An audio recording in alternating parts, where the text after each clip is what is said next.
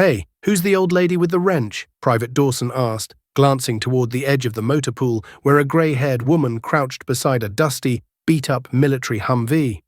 She moved with quiet efficiency, tightening bolts with worn hands, her tank top soaked in sweat, and her hair tucked under a weathered cap.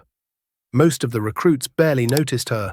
To them, she was just another civilian, mechanic support, invisible to the chain of command. But something about her made Captain Lane pause.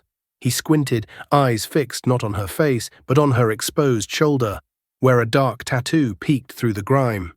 It was no ordinary ink. An eagle wrapped in lightning bolts with 3 black stars above its wings. Lane's brow furrowed. That mark hadn't been seen in over 20 years. Suddenly, the air shifted. A sleek black car pulled into the yard, gleaming under the brutal afternoon sun. As the doors opened, out stepped General Whitaker, every inch the legend. Decorated, precise, commanding. The moment his boots touched the dirt, the motor pool snapped to attention. Everyone stiffened, eyes front, except the woman by the Humvee, who didn't even glance up. But the general noticed her, his stride slowed, then stopped, his gaze locked on that same tattoo. He stood there, completely still, staring at her like he'd seen a ghost. Without a word, General Whitaker raised his hand and delivered a full, perfect salute. A collective breath caught in the air.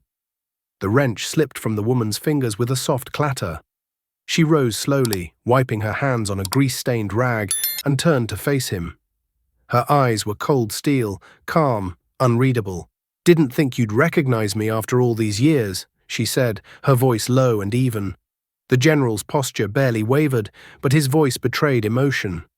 "Captain Harper," he said. Murmurs rippled through the young soldiers nearby.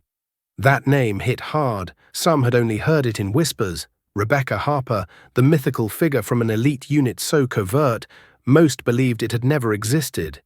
But Harper stood before them now, flesh and blood, older but unbroken. "I was listed KIA," she said matter of fact. Let them believe it. After Blackridge, I was done. Captain Lane's eyes widened. "You're the Rebecca Harper?" he asked, voice almost a whisper. "You led Ghost Hawk?"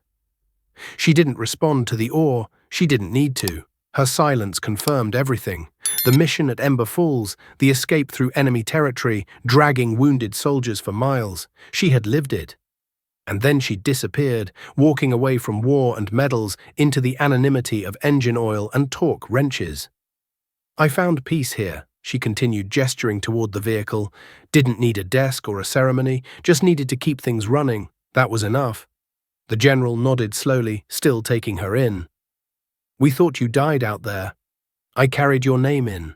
Every after-action report I gave. Your story. It became legend." "I didn't want to be a legend," she replied. "I wanted to stop waking up screaming."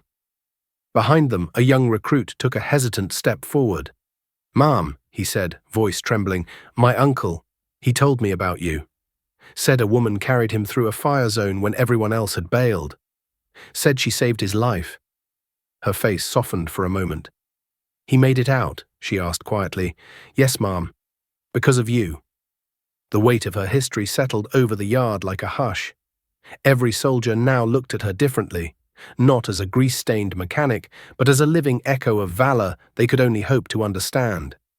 General Whitaker took a step closer, lowering his salute at last. "You could still come back, Harper. Teach. Lead. The next generation needs you." She looked back at the Humvee, tools scattered beside it. "I already am," she said. "Every vehicle I fix might carry them into battle and bring them back. Every bolt I tighten, every system I check, it matters. I don't need a classroom to serve." And in that moment, the general understood. She wasn't hiding. She was healing, and still giving more than most ever would. He turned to the formation. "This woman is the reason some of your families came home. Her service didn't end when she stopped wearing the uniform. Learn from her. Respect her." One by one, soldiers stepped forward, not out of obligation, but reverence. They extended hands, nodded with silent gratitude, saluted not a rank, but a legacy. Rebecca Harper stood quietly, watching it all unfold with a weary but proud gaze. She didn't smile. She didn't cry. But something in her posture eased, just slightly. And when she turned back to her tools, they didn't see just a mechanic anymore. They saw a warrior in disguise. Before we end this story, let us know in the comment, where are you watching from? If this story touched you, subscribe to the channel and hit that like button and drop your thoughts below.